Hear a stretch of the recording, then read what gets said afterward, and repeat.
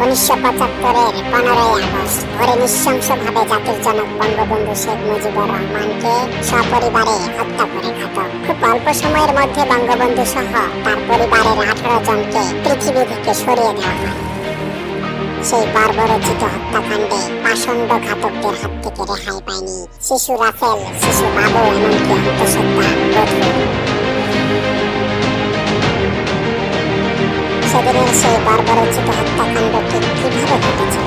বঙ্গবন্ধু হত্যা মামলায় দেওয়া বিভিন্ন জনের সাক্ষ্য, লেফটেন্যান্ট কর্নেল আব্দুল হামিদের বই 3টি সেনা অভ্যুত্থান ও কিছু না বলা কথা বইয়ের আলোকে প্রতিবেদনটি তৈরি করা হয়েছে। 1975-এর 14ই আগস্ট দিনটি খুব ভালো ছিল না।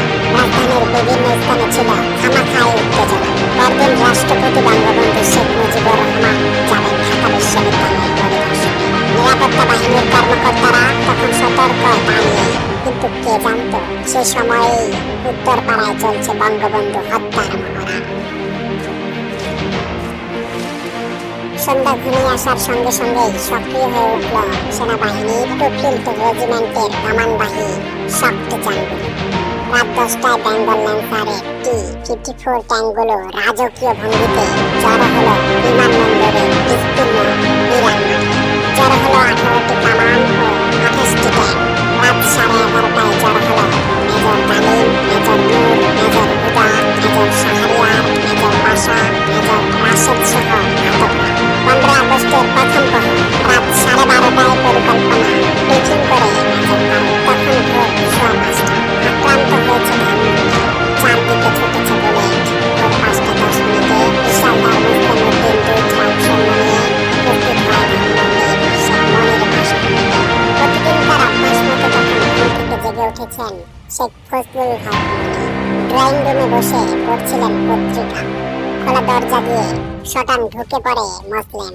কিছু বলতে চাইলেন শেখ মনি, কিন্তু সে সুযোগ না দিয়ে গর্জে উঠল মসলেমের হাতের স্ট্যান্ড গান। লুটিয়ে পড়ল শেখ মনি। চিৎকার শুনে এগিয়ে এলেন অন্তঃসত্ত্বা স্ত্রী। ক্রাশ ফায়ারে প্রাণ হারালেন তিনি।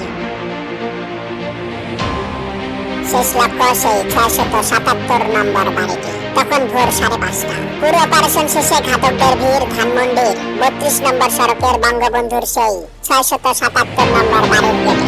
ততক্ষণে আব্দুল রব সেনিয়াবাদকে হত্যার খবর জেনে গেছে বঙ্গবন্ধু। প্রধান গেটেও চলছে হুট্টোপাট। বঙ্গবন্ধুর ঘরের বাইরের বারান্দায় ঘুমিয়েছিলেন 2 গৃহকর্মী মোহাম্মদ সেলিম ও আব্দুর রহমান শেখ রানা। নিচতলায় ছিলেন বঙ্গবন্ধুর ব্যক্তিগত সহকারী AFM মহিতুল ইসলাম। মহিতুলকে টেলিফোনে বঙ্গবন্ধু বলেন, সেনিয়াবাদের বাসায় দুষ্কৃতকারীরা আক্রমণ করেছে, জলদি পুলিশ কন্ট্রোল রুমে ফোন করো। কিন্তু পুলিশ কন্ট্রোল রুমে ফোন করে কোনো সারা শব্দ পাওয়া যায়নি। চেষ্টা করতে থাকে মহিতুল। গোলাগুলির শব্দ শুনে বারান্দায় এসে দাঁড়ান বঙ্গবন্ধু। ঘুম থেকে জেগে উঠেছেন গৃহকর্মী আব্দুল আর রমা। বেগম মুজিবের কথায় রমা নিচে এসে দেখলেন সেনাবাহিনীর কিছু সদস্য গুলি করতে করতে বঙ্গবন্ধুর বাড়ির দিকে এগুচ্ছে। এমন দৃশ্য দেখে দিক বিদিক হয়ে রমা বাড়ির ভিতরে এসে দেখেন লুঙ্গি আর গেঞ্জি পরে নিচতলার অভ্যর্থনা কক্ষে বঙ্গবন্ধু। তার সামনেই বিভিন্ন জায়গায় ফোন করতে থাকেন মহিতুল। পুলিশ কন্ট্রোল রুম এবং গণভবন এক্সচেঞ্জের চেষ্টার এক পর্যায়ে মহিতুলের কাছ থেকে রিসিভার টেনে নিয়ে বঙ্গবন্ধু বলেন, আমি প্রেসিডেন্ট মুজিব। এ পর্যন্ত কথা শেষ হলো না। জানালার কাছ থেকে এক ঝাঁক গুলি এসে লাগে অফিসের দেওয়ালে। এক টুকরো কাছে ডান হাতে কোনোই জখম হয় মহিতুলের। টেবিলের পাশে শুয়ে পড়েন বঙ্গবন্ধু। মাথা টেনে শুয়ে দেন মহিতুলকে। কিছুক্ষণ পর গুলির শব্দ থামলে উঠে দাঁড়ান বঙ্গবন্ধু। অভ্যর্থনা কক্ষ থেকে বের হয়ে বারান্দায় এসে দাঁড়ান। পাহারায় থাকা সেনা ও পুলিশ সদস্যদের বলেন, এত গুলি হচ্ছে, তোমরা কি করছো? এ কথা বলেই উপরে চলে যান বঙ্গবন্ধু। বঙ্গবন্ধু উপরে ওঠার সময় বাসার নিচে প্রবাহিত হয় রক্তবন্যা। বঙ্গবন্ধু উপরে ওঠার কয়েক মুহূর্তেই বজলুল হুদার হাতের স্বয়ংক্রিয় অস্ত্র ঝাঁঝরা করে দেয় শেখ কামালের দেহ। প্রাণ হারান তিনি। একটা গুলি এসে লাগে বঙ্গবন্ধুর সহকারী মহিতুলের হাঁটুতে। নিচতলার বারান্দায় তখন রক্ত ভাসছে। বন্ধ ঘরের ভেতরে ফোনে ব্যস্ত বঙ্গবন্ধু। ফোনে তার সামরিক সচিব কর্নেল জামিল উদ্দিনকে বলেন, জামিল তুমি তাড়াতাড়ি আসো, আর্মির লোকেরা আমার বাসা অ্যাটাক করেছে। শফিউল্লাহকে ফোর্স পাঠাতে বলো। তৎকালীন সেনাপ্রধান জেনারেল শফিউল্লাহকে নিজেও ফোন করেন বঙ্গবন্ধু। তাকে বলেন, শফিউল্লাহ তোমার ফোর্স আমার বাড়ি অ্যাটাক করেছে। জামালকে বোধহয় তারা মেরেই ফেলেছে, তুমি জলদি ফোর্স পাঠাও। 15 থেকে শফিউল্লাহ বলেন, I am doing something, can you get out. ভোর প্রায় 5:50 বঙ্গবন্ধুর ঘরে তিনি সহ বেগম মুজিব, শেখ জামাল, শেখ রাসেল, সুলতানা কামাল ও রোজি জামান। বন্ধ দরজার বাইরে দাঁড়িয়ে ঘাতকরা। ততক্ষণে গোলাগুলি থেমে গেছে। দরজা খুলে বারান্দায় বেরিয়ে আসতেই বঙ্গবন্ধুকে ঘিরে ফেলে ঘাতকরা নামিয়ে আনতে থাকে নিচে। সিঁড়ির মুখে মেজর হুদাকে দেখে বঙ্গবন্ধু চিৎকার করে ওঠেন, তোরা কি চাস? তোরা কি আমাকে মারতে চাস? মেজর হুদা বলে, আমি আপনাকে নিয়ে যেতে এসেছি। বঙ্গবন্ধু বলেন, তুই আমাকে মারতে চাস?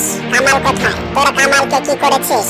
উত্তরে হুদা বলে, স্যার, কামাল তার জায়গাতেই আছে, আর আপনি তুই তুই করে বলবেন না, আপনি বন্দী, চলুন।